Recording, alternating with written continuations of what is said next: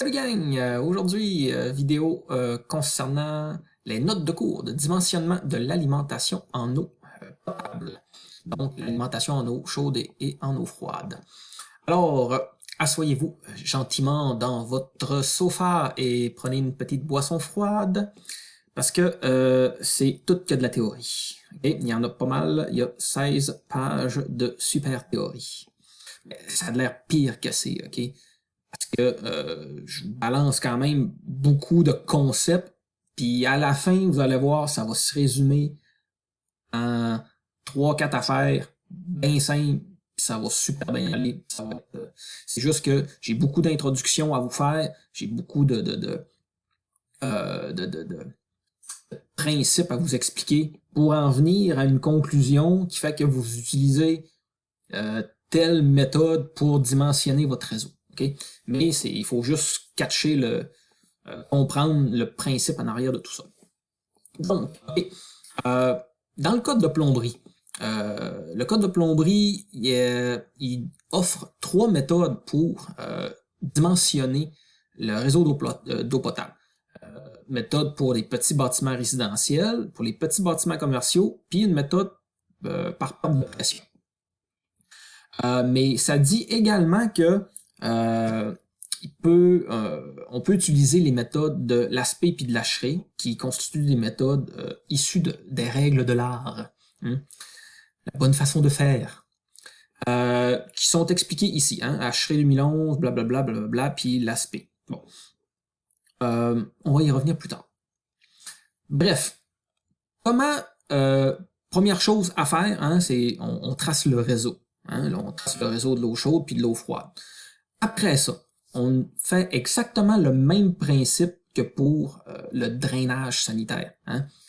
En drainage sanitaire, chaque équipement avait un facteur d'évacuation. Hein?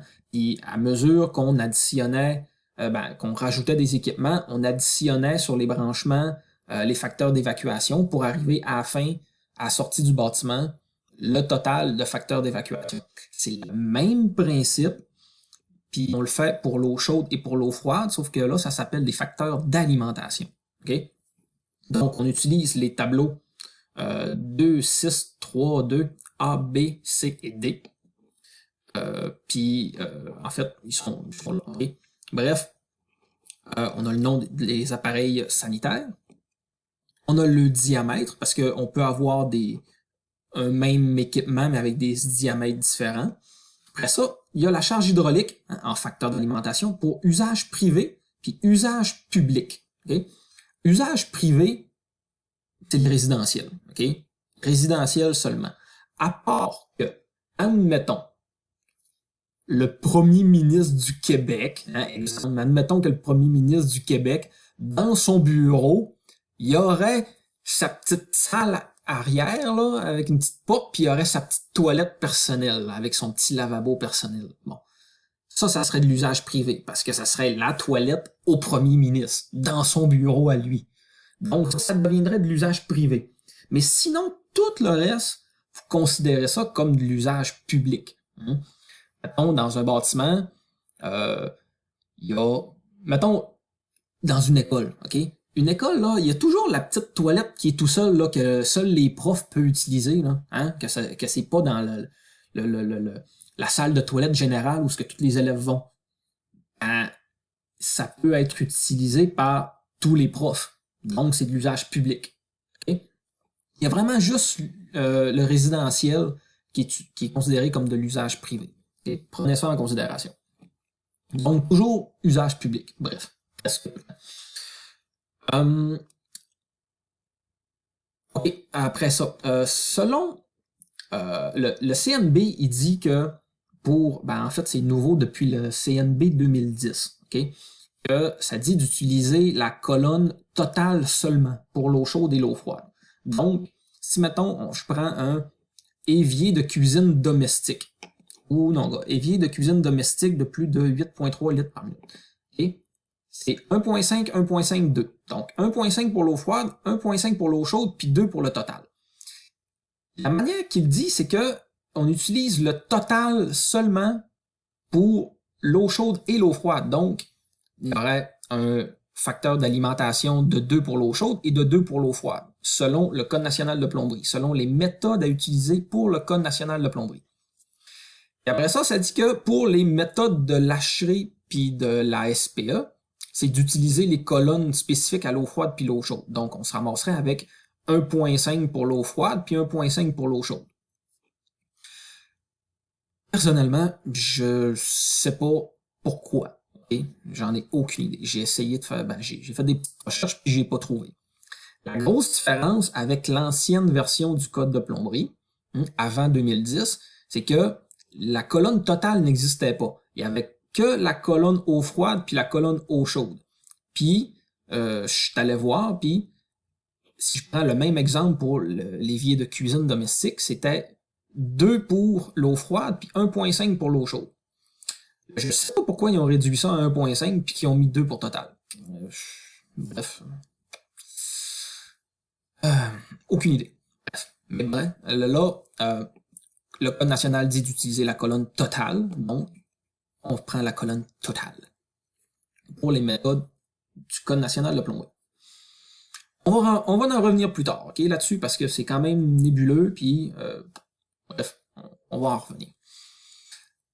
Donc, ok, vous utilisez ces tableaux-là, ok, pour chacun des appareils. Vous le trouvez, vous choisissez le bon, puis vous prenez, vous indiquez la charge hydraulique en facteur d'alimentation sur votre plan ou sur votre feuille, bref, sur votre réseau. Puis à chaque addition d'appareil sur le branchement, vous indiquez le total, puis ainsi de suite, jusqu'à l'entrée d'eau. La continuité de... en fait, c'est tout le temps le même tableau, mais il y a le A, B, C, puis D. Le B, c'est un urinoir à robinet de chasse. Je sais pas pourquoi ils l'ont pas mis dans le même tableau. Là. Hein, bref. Il y a des urinoirs à réservoir, puis il y a des urinoirs à robinet de chasse. Bon. Normalement, c'est celle à 3/4 de pouce, puis ça serait 5, hein, il n'y a pas d'eau chaude. Puis il y a toilette à robinet de chasse aussi, pas d'eau chaude encore une fois. Une alimentation de 1 pouce. Puis quand vous faites le dimensionnement, là, première étape que vous pouvez faire, c'est de mettre les diamètres à chacun des appareils spécifiques. Ils sont tous là, en fait. C'est pas mal toujours la même affaire, en fait. OK. Après ça, s'il n'y a pas de charge hydraulique, en fait, si vous avez un équipement, un appareil qui n'apparaît pas dans les tableaux listés plus haut, vous vous basez sur le diamètre du tuyau d'alimentation, puis vous mettez un usage en tant que tel, un facteur d'alimentation par rapport à l'usage. Bon. Quelques petites notions qu'il faut, que je trouvais bon de mentionner, parce que là, on est en train de faire juste un survol de toutes les notions de base là, pour être capable de faire de quoi de potable à la fin. Okay? Pression statique. Si jamais il y a un appareil sanitaire qui a une pression statique pour plus de 550 kPa pour pouvoir fonctionner, il faut y mettre une soupape de réduction de pression pour limiter la pression statique dans le réseau. 550 pascal, c'est 80 PSI. Okay? On dit 80 PSI, mais le jargon dans le métier, hein, on va toujours entendre les plombiers dire « Ah, c'est 80 livres ». Bon, c'est 80 PSI en réalité. Okay? C'est juste que c'est des PSI, c'est pound per square inch. Donc, c'est des livres par pouce carré. Mais on fait juste dire livres. Okay? C'est juste ça va plus vite. Donc, c'est 80 livres. Ils disent tout le temps ça. Mais 80 livres, là, il y a des bâtiments qui n'ont même pas ça, 80 livres de pression à l'entrée. Donc, je trouvais ça spécial. Mais il fallait que je le dise. Bref. Après ça, diamètre de 3/4 de pouce minimum en rentrant dans une bâtisse. Okay? Même si, mettons, un petit bâtiment où il y a juste 2 lavabos, théoriquement, le tuyau principal pour alimenter les 2 lavabos pourrait être de 1,5 pouce. Mais non, il faut le mettre minimum de 3/4 de pouce. Okay? OK. Les vitesses. Dans les tableaux de sélection les tableaux de dimensionnement du code de plomberie, il mentionne 3 colonnes. Okay? Une colonne de 1,5 mètres, une colonne de 2,4 mètres par seconde, 1,5 mètres seconde, 2,4 mètres seconde, puis 3 mètres seconde. Puis le code de plomberie dit qu'il ne faut pas dépasser 3 mètres seconde.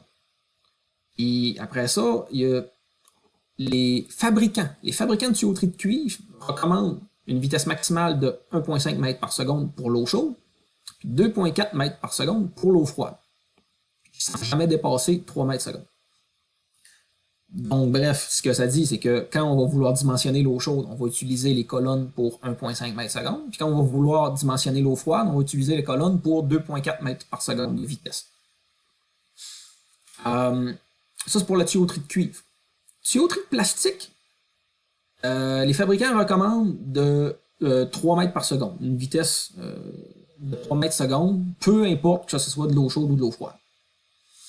Je vois pas pourquoi, okay, pour de la tuyauterie de plastique, qui en théorie a une durée de vie moins grande que le cuivre, on devrait aller plus vite dedans pour le scraper plus vite. Hein? Probablement du marketing, vendre plus de tuyaux, bref, moi je recommanderais d'utiliser les mêmes vitesses que pour le cuivre. Hein? Pourquoi faire pire?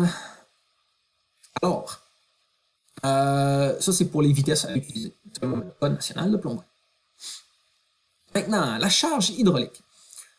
Petite chose à prendre en compte. Okay? Là, admettons qu'on additionne toutes nos charges hydrauliques en facteur d'alimentation, puis là, on arrive au chauffe-eau. Okay? Puis admettons qu'on a alimenté d'autres appareils avant ou après le chauffe-eau, bref. Là, on arrive, puis on fait notre addition, puis faut-tu que je compte? Parce que là, dans le fond, là, si mettons je fais tous mes facteurs d'alimentation pour l'eau chaude, puis j'arrive à, je dis un chiffre comme ça, 40. 40 en facteurs d'alimentation. Donc, je vais avoir 40 en facteurs d'alimentation en eau froide ici pour alimenter le chauffe-eau. Mais là, est-ce que je l'additionne rendu ici? Mais la réponse, c'est non, on ne l'additionne pas. Okay? C'est ça. Je n'ai pas d'autres exemples à vous dire. Il ne faut pas additionner la charge en eau chaude du chauffe-eau quand on vient à l'alimenter en eau froide. Bref. Okay. Donc, ça, je l'ai dit tantôt, hein, c'est le même principe que le sanitaire. On additionne tous les facteurs d'alimentation à chaque branchement jusqu'à l'entrée d'eau. OK, là j'ai 13 minutes de fait. On va passer à l'autre vidéo parce que je peux faire des vidéos de seulement 15 minutes avec la version gratuite. Alors, prochaine vidéo.